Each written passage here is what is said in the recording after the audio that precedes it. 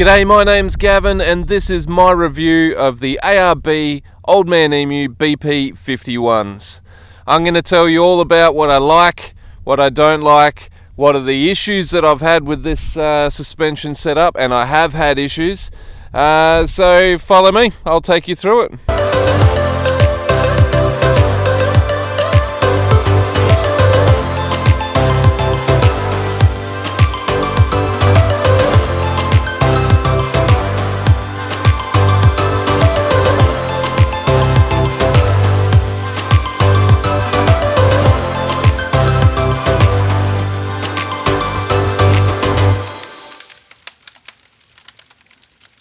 So some of the common issues that you'll find with the BP51s, and if you go onto any of the forums like the L-Cool forums, Prado Point, anything like that, you'll find a whole bunch of people complaining about two things.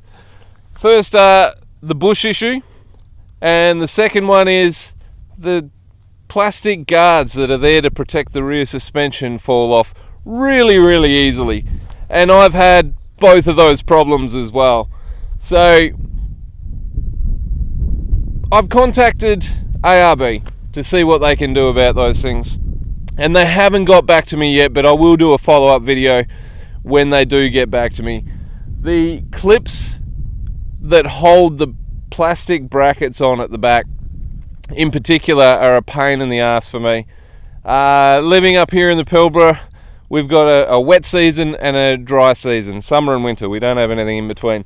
And so it's coming into summertime again, and whenever you do a water crossing, which, believe it or not, in the Pilbara can be fairly often, the bloody brackets that protect the rear shockies fall off. These little plastic guards, which I'll show you a bit later, they fall off.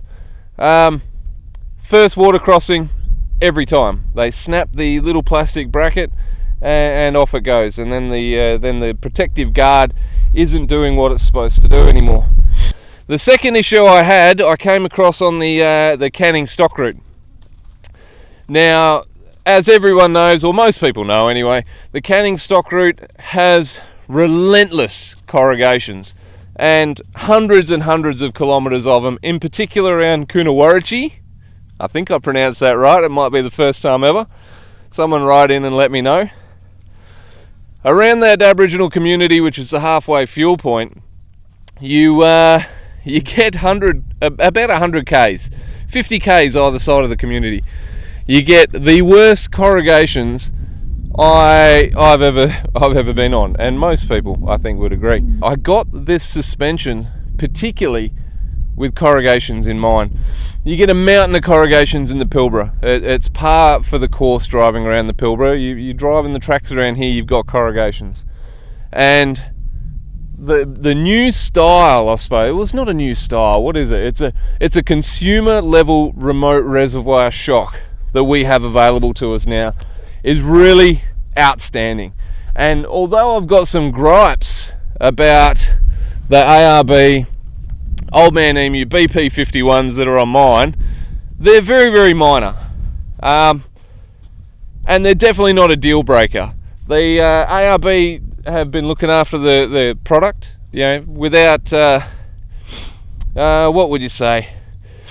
They are fixing what breaks, no questions asked, which is fantastic.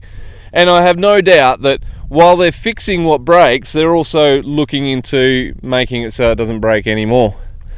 The problem is, in the meantime, those of us that do have it, we need to get it fixed every now and again. So the way you know whether you've got the bush issue is you'll start hearing a squeak as you're going over corrugations. When I came across that issue on the Canning stock route, I initially thought it was a bit of wear that was between the bolts. It kind of sounded like it was in the bar work, and the bar work was sort of rattling and bouncing up and down, and that was what was making the squeak. But I found out once I got back, we thought we'd fix the issue on the track, but it came back almost as soon as I said it was fixed. It came back.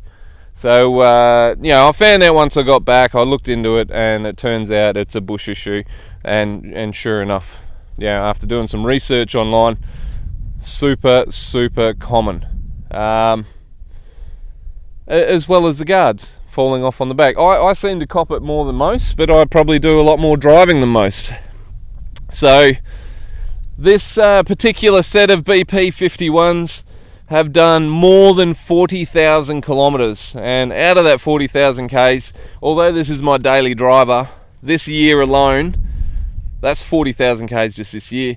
This year alone I've done a trip to South Australia when I filmed the Variety Full Drive Challenge. I've done a Kimberley trip, and I've done a Canning Stock Route trip, and all up that's about 30,000 Ks just there what I did. And then I've got a very short 5 kilometre trip into work every day.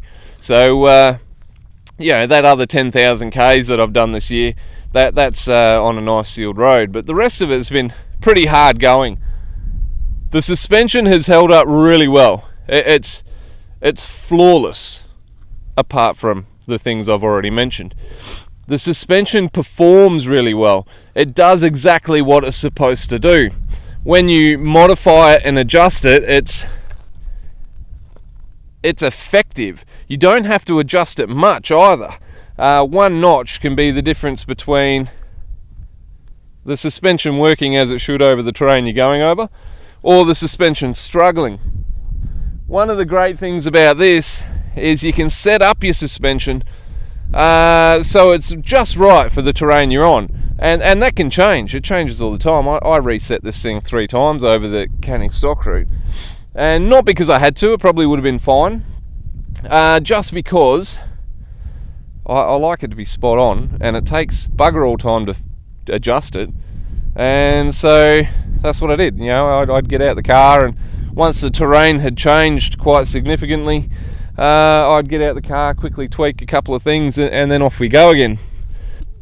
What I'm looking for, and everyone's different what they want. The great thing about these adjustable shocks is you can set them up the way you want it, and you can completely ignore how I set mine up.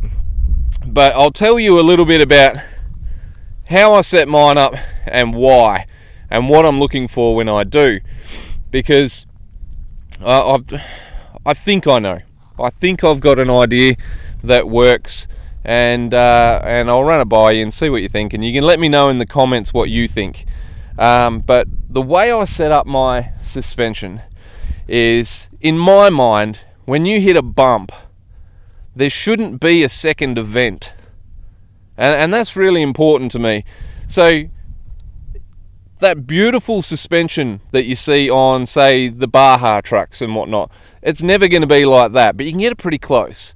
So the idea for the Baja trucks is they stay level through the corrugations. They are giant whoops. The wheels are working at 1,000,000 miles an hour, but the car stays level. And we can do the same with this. We can do very, very similar. So what I'm looking for when I'm going over, let's say even you're on the sealed stuff, you're just going over a speed hump. If I'm hitting that speed hump just at a normal everyday speed, I'm looking for the suspension to compress and then rebound without any bounce. If you've got bounce, something's not right. And that's what I mean when I say there shouldn't be a second event. So once you've hit the obstacle, whether that's a washout, whether that's a speed hump in a car park or something like that, whatever it is, the suspension should compress and then rebound, and you're level without it porpoising. If you're getting that porpoising happening after one of those things, then you need to tweak something. And here's a couple of things that you can tweak. On the BP 51s, you've got both compression and rebound that you can adjust. And this is what I do, and this is the way I think of it, because it gives you a gauge. And it tells you, this makes it a little bit harder and that makes it a little bit softer. But the way I try and think about it is it's about speed. The speed of the shock, not harder or softer so much. So if I want the suspension to work faster, then I'm looking at decreasing the compression and increasing the rebound, if that makes sense at all. So I want it to compress faster, and then I want it to rebound faster. and that's what I set my suspension up for on the corrugations of the Canning stock route. And then when I was out in the firmer country like I am now, I reset it so it was a little bit firmer, and I tweaked it a little bit. But tell me what you think anyway. That's how I set up my vehicle for something like corrugation, something that's really, really common here in the Pilbara. The compression and the rebound, adjusting it just a little bit at a time. Tweaking it here, tweaking it there, but that's what I'm looking for over something like corrugations, which is a really good, I think it's a benchmark sort of place to start your suspension testing at. And I encourage you to get, if you've got this, like, try it out on different terrain and have a bit of a play, because you'll be amazed at the difference it can make. And importantly, when I was mucking around in the rocky stuff as I do out here on the Burrup Peninsula, that bounce is what does a lot of damage to people's cars. When you sort of pop up and over a little ledge or an obstacle or something like that, you're popping up and over, and then the suspension's coming down, and you've got that second event that's happening with the suspension. And so it's more than just traction. It can mean damage to your vehicle as well if it's not set up right. So what do I think after 40,000 Ks of the BP51s? I wouldn't have anything else. Like, I've got some dramas, and hopefully ARB sort those dramas out pretty soon. But I'm pretty happy. No, I'm really happy with them, because with the remote res shocks, they're hugely adjustable.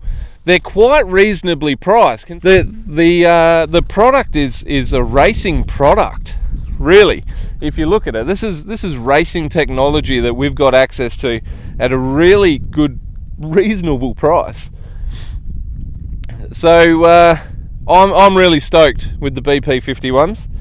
After 40,000 Ks, they've done everything that I've thrown at them, and I've thrown a lot at them. And I'm going to throw more at them, and I'll let you know again if anything happens, and when they get to 80,000 Ks and 120,000 Ks, I'll let you know how I'm travelling with it, and I'll also let you know when and if they fix those few issues that are there. But if you're looking for a great suspension, you can't go past those BP51s.